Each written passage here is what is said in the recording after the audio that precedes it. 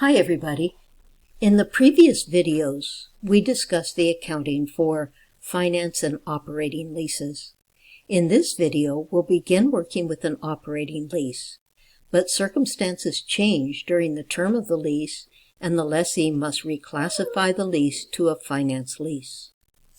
On January 1st, 20X1, Rick's Pawn Shop leased a truck from Corey Motors for a 6-year period with an option to extend the lease for 3 years. The useful life of the truck is 9 years. Rick's had no significant economic incentive at the beginning of the lease to exercise the 3-year extension option. Rick's properly classified the lease as an operating lease on January 1st, 20X1. Annual lease payments are $10,000 due on December 31st of each year, calculated by the lessor using a 5% discount rate. Assume that at the beginning of the 3rd year, on January 1st, 20X3, Rick's made significant improvements to the truck. The cost of the improvements could only be recovered if Rick exercises the extension option, creating an expectation that the extension of the lease was reasonably certain on that date. The relevant interest rate at January 1st, 20X3 was 6%. Prepare the journal entries at the beginning of the lease through the end of the 2nd year.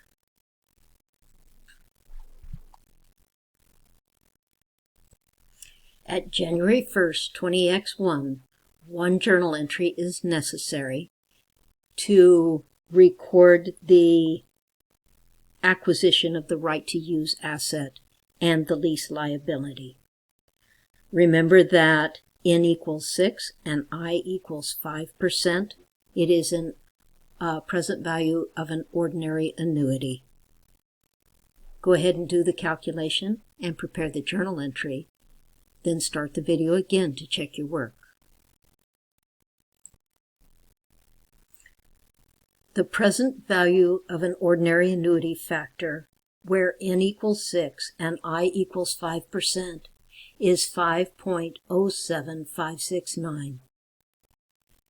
One $10,000 payment times 5.07569 equals $50,757 present value of the truck.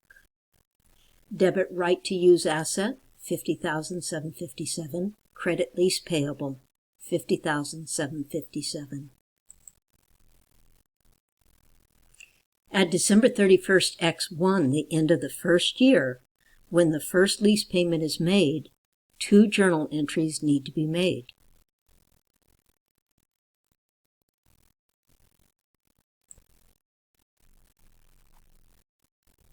Interest expense is calculated at the lease liability at the beginning of the 1st year times 5% equals $2,538 of interest expense. Debit interest expense, $2,538. Credit cash, $10,000. And the difference is a debit to lease payable.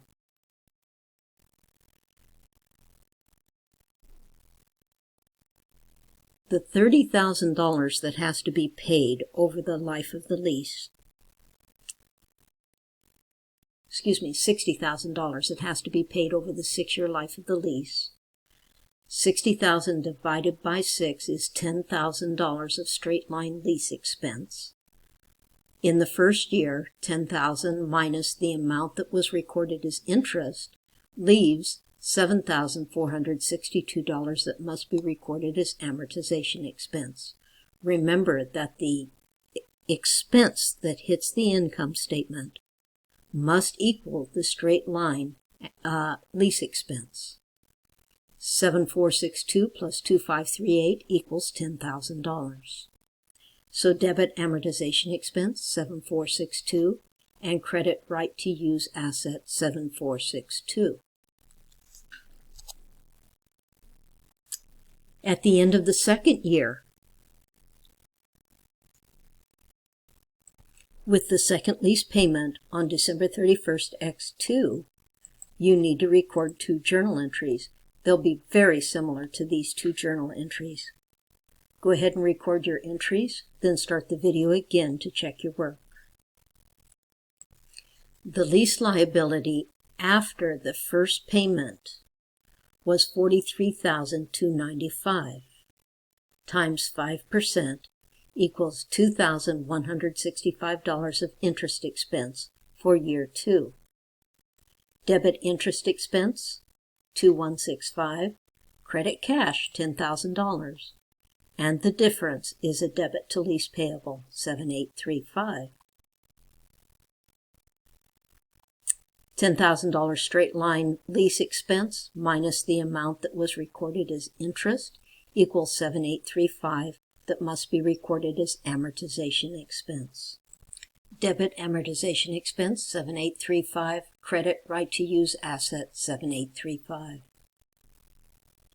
On January 1st, 20X3, the 3-year option to extend the lease has become reasonably certain. Therefore, we need to reevaluate whether this is an operating lease or a finance lease. If the useful life of the truck is 9 years, and the original lease was for 6, plus 3 in the extension, that means that the life of the lease is 100% of the economic life of the truck. Therefore, this must change to a finance lease. So as of January 1st, 20X3, we need to change this to a finance lease.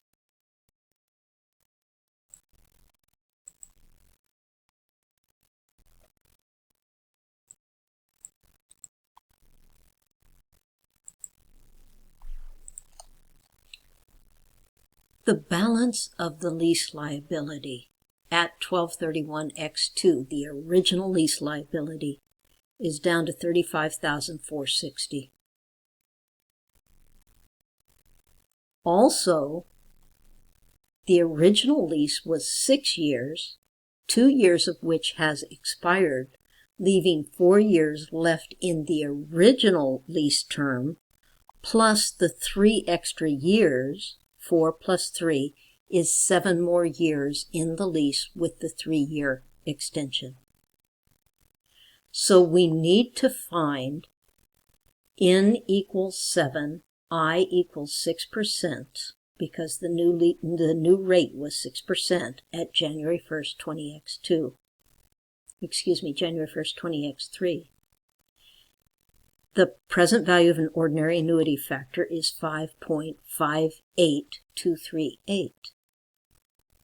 The payments don't change. They're just going to be extended for an additional 3 years. So 10,000 times 5.58238 equals 55,824 of total lease liability, including the extra 3 years and the original 4 years that are left over, minus the current liability that we've already got booked, $35,460, equals $20,364 of additional lease liability for that 3-year period. Debit right to use asset, $20,364. Credit lease payable, $20,364. Obviously, you know the answer to this. Does the reassessment change the nature of the lease from an operating lease to a financing lease? Yes or no? Please explain why. So go ahead. Obviously, we've been saying that it changes, so the answer is yes, but please explain why. I've already told you, gave you some big hints. Go ahead and write down why.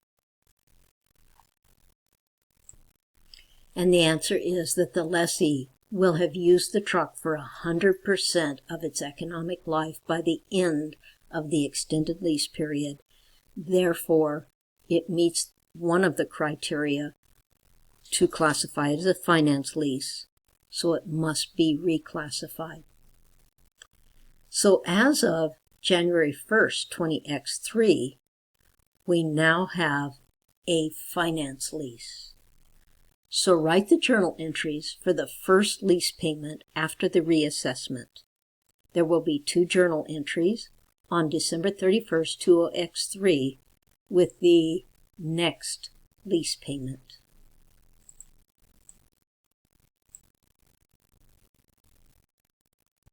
Let me give you a quick hint with respect to classifying the interest expense, or calculating the interest expense. The total liability, including the 4 years left over from the original lease and the extra 3 years on the extended lease, is $55,824. And the interest rate has changed to 6%. So for the year ended December 31st, 20X3, the interest expense is $55,824 times 6%. That should get you started, and the payment didn't change. That should get you started with the journal entries.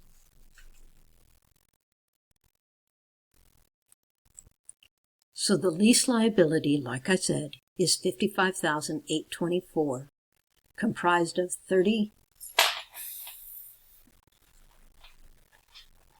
I thought that number looked wrong.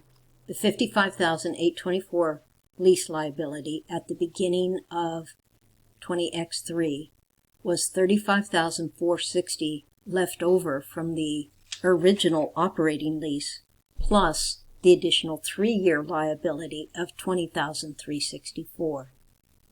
So $55,824 times 6% is $3,349 of interest expense, and the total lease liability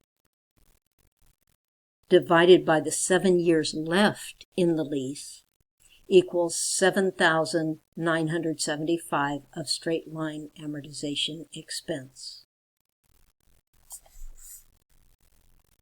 Debit interest expense $3,349, credit cash $10,000, and the difference is a debit to lease payable $6,651. Debit amortization expense $7,975, and credit right to use asset $7,975. Notice that the amortization expense on this finance lease plus the interest expense no longer equals the straight line amortization expense. That's because it's not an operating lease anymore. It is a finance lease. And a finance lease is kind of like you bought the asset. And so we have acquired a $55,824 asset that we are going to amortize on a straight line basis over the remaining life of the lease. So amortization expense is $7,975. Well, that's the end of this video, and it's also the last of the videos for Chapter 15 Study Guide. Thank you for paying attention, and I'll see you next time.